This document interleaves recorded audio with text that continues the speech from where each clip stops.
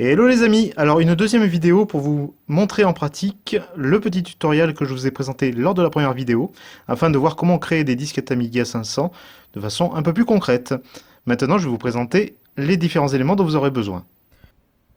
Alors nous aurons besoin d'une clé USB ou dans mon cas un lecteur de carte SD sur lequel j'ai mis une carte mémoire de 2 Go.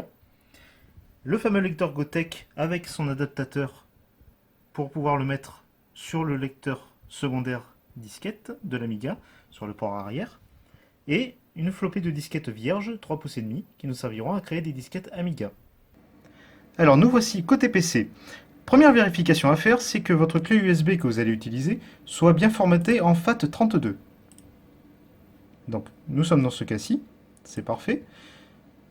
Vous devez préparer votre clé USB de sorte que le fichier selector.adf soit à la racine de votre clé, et que vous écriviez un dossier games, enfin peu importe, dans lequel vous allez stocker tous les ADF que vous souhaitez utiliser, en tout cas créer en disquette Amiga.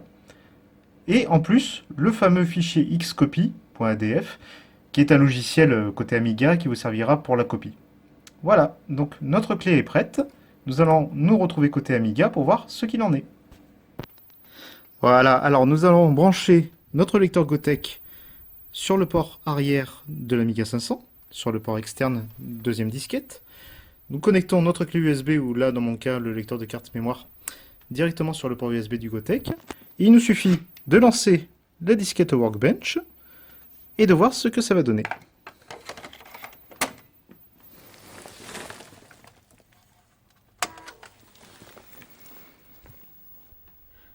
Voilà, une fois que le Workbench est chargé, vous devriez voir apparaître cette icône, Cortex Floppy Emulator. Ça correspond à votre fichier selector.adf. Ça veut dire qu'il a bien été reconnu par le Gotek et par l'Amiga. Et il est bien identifié comme deuxième lecteur. Il est sur le DF1. Donc maintenant, il suffit de lancer, d'ouvrir le Workbench.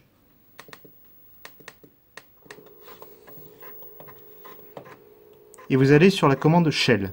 Vous double-cliquez.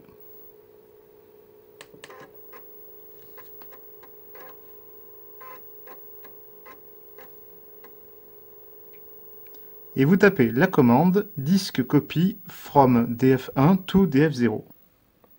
Et vous faites entrer. Donc là, vous sortez la disquette Workbench du lecteur principal. Vous mettez une première disquette vierge. Et ça va devenir votre disquette en gros selector.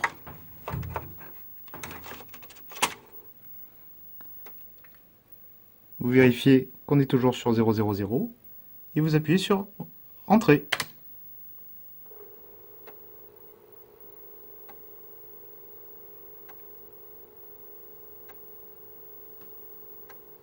Voilà, c'est bientôt fini.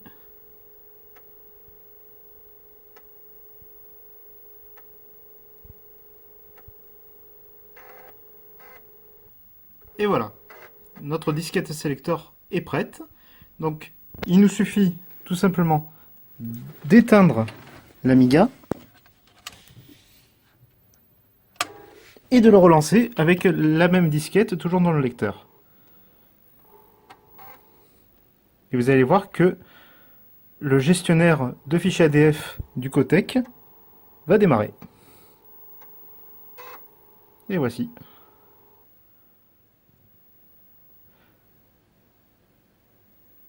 Donc là, vous avez le menu général.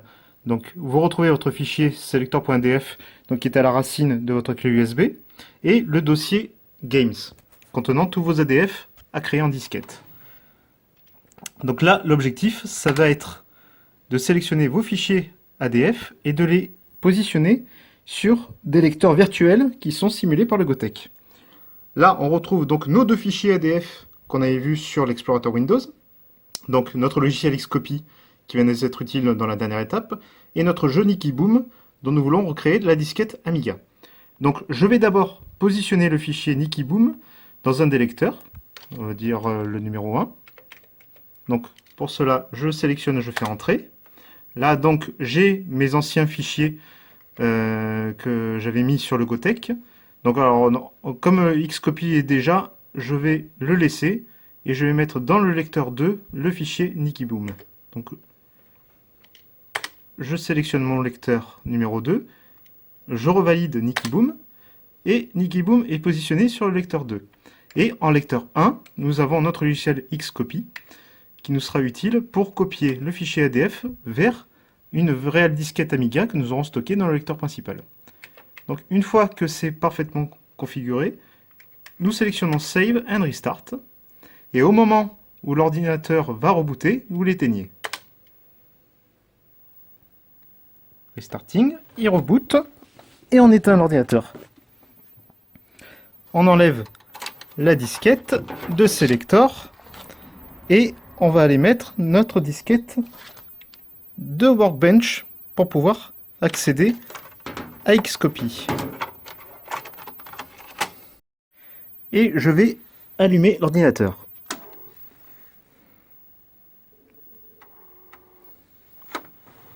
Donc là, vous voyez, il n'affiche plus 000, il affiche le 1. C'est-à-dire qu'il a détecté qu'il y avait des fichiers ADF qui étaient mis sur les lecteurs virtuels.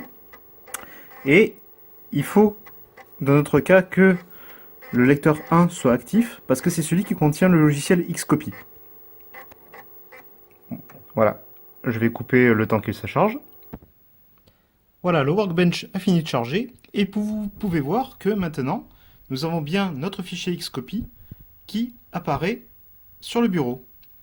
En tant que lecteur externe toujours, mais cette fois, voilà, nous avons bien la possibilité de mettre des logiciels de fichiers ADF directement sur le Gotek et que ce soit lu directement sur le bureau. Donc, on va lancer le logiciel Xcopy. Donc là, tout est chargé à partir du Gotek. Et je vais lancer le Xcopy professionnel.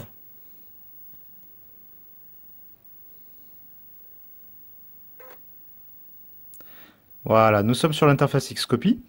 L'intérêt de ce logiciel, c'est que, vous voyez, donc, c'est un logiciel de copie de disquette de base, et vous avez la possibilité de choisir ici si votre disquette source sera en lecteur 0 ou en lecteur 1, et votre disquette de cible, de destination, en lecteur 0 ou en lecteur 1.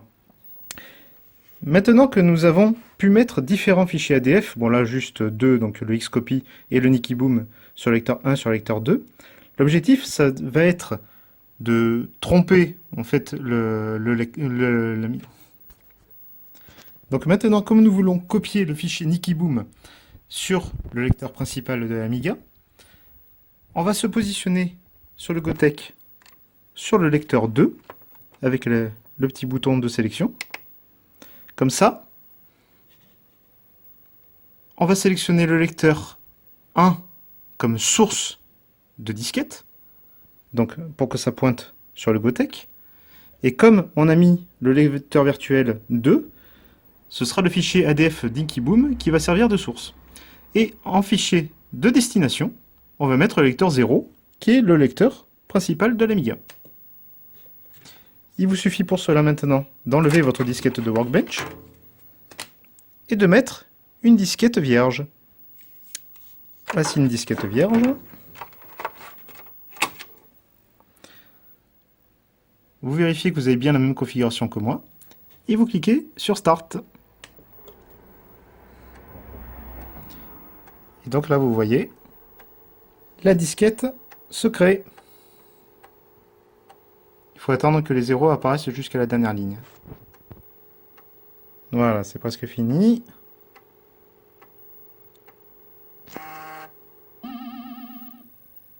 La disquette est prête. Maintenant, pour la tester, il suffit d'éteindre l'ordinateur et de le relancer, puisque la disquette Nicky Boom est créée et restée dedans. On peut démarrer l'ordinateur et on vérifie si ça marche.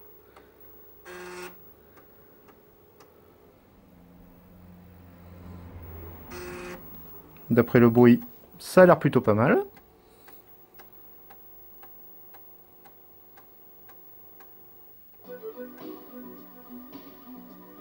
Et voilà, le jeu est lancé. Et vous avez recréé proprement une disquette Amiga comme c'était l'original. Voilà, j'espère que cette petite vidéo vous aura plu. On se laisse sur cet excellent jeu qui fait partie de mes jeux les plus cultes. Et n'hésitez pas si vous avez des questions à me les mettre dans les commentaires. J'y répondrai avec le plus grand plaisir. Merci beaucoup. À bientôt. Ciao, ciao.